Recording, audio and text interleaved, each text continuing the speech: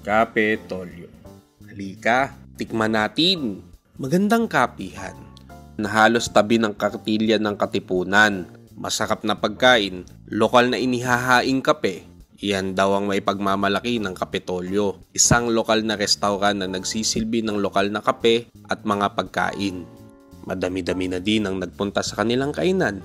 Ni isa wala yata akong nakita pa na magandang pag-e-endorso nito. Bukod sa magandang lugar nila, ang pag-e-endorso ni dating Yorme Isko at ang libreng pakape nila dati. Kaya naman, nandito tayo ngayon upang bigyan sila ng tapat at brutal na pagsusuri sa kanilang kapihan at kainan. Halika sa Maynila!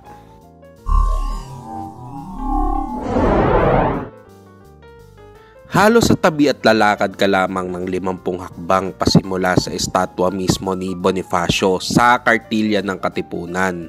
Maganda naman ang labas, napansin ko na may katabi itong pampublikong palikuran. Makikita din na maganda ito maski ang mga hapag sa labas lalo na kapag gabi. Hindi mo halang nanaisin na dito magpalipas ng oras kapag pumapatak ang ulan. Sa pagpasok ay bubungad sa iyo ang maaliwalas nilang lugar.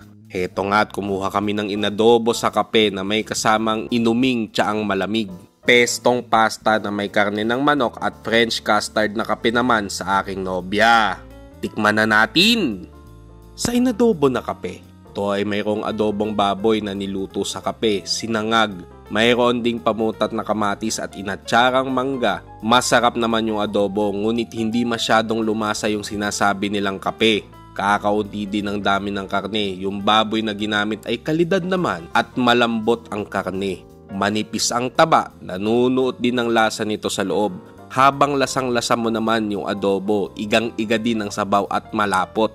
Yung kanin ay kakaunti para sa matapang na sabaw. Di naman nagmamantika ng sobra, buhaghag din. Yung mangga ay masarap, hindi sobrang asim at makakain mo.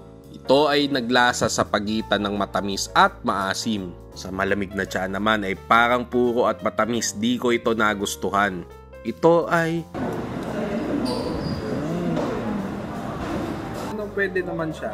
Kaya lang parang overpriced siya sa 600. Kailangan pa nila pagbutihin.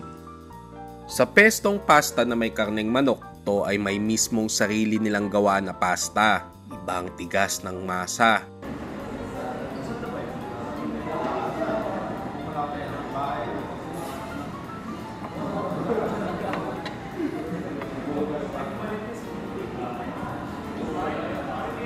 Sa sarsa nito nakakaunti din, wala ding lasa, tuyo na, nakakaumay pa. Matabang tuyo. Ano? Matabang.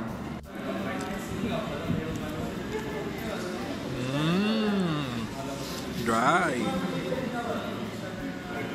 Yung tinapay naman nito ay masarap, nasa tama ang tigas at usta, naglasa naman ng bawang. Gayunpaman, ito ay kailangan pa nila pagbutihin. Sa kanyang inumin na French custard coffee na kahit mapresyo ay masarap at talagang lasang-lasa mo ang pagiging lokal na kape na kailangan talaga natin suportahan. Dahil naniniwala ako na mas masarap ang mga lokal na binhi ng kape natin kumpara sa ibang bansa. Ang mismong kape ay... pasado. Heto ang aming resibo para sa 2 tao. Wala namang service charge sa mga kakain dito. Gusto ko sana suportahan ang lugar na ito pagkat ang kape rito ay ani ng ating mga lokal na magsasaka ng kape. Ngunit sa ganitong kamahal na pagkain, sa ganitong lasa at dami, ay sadyang tataliwas ito sa paniniwala ko na ang bawat pagkain o inumin ay may katumbas na tamang halaga. Hindi kailangan maging mahal ng pagkain para ito maging masarap. Heto ang kabuuang grado ko sa aking pagsusuri.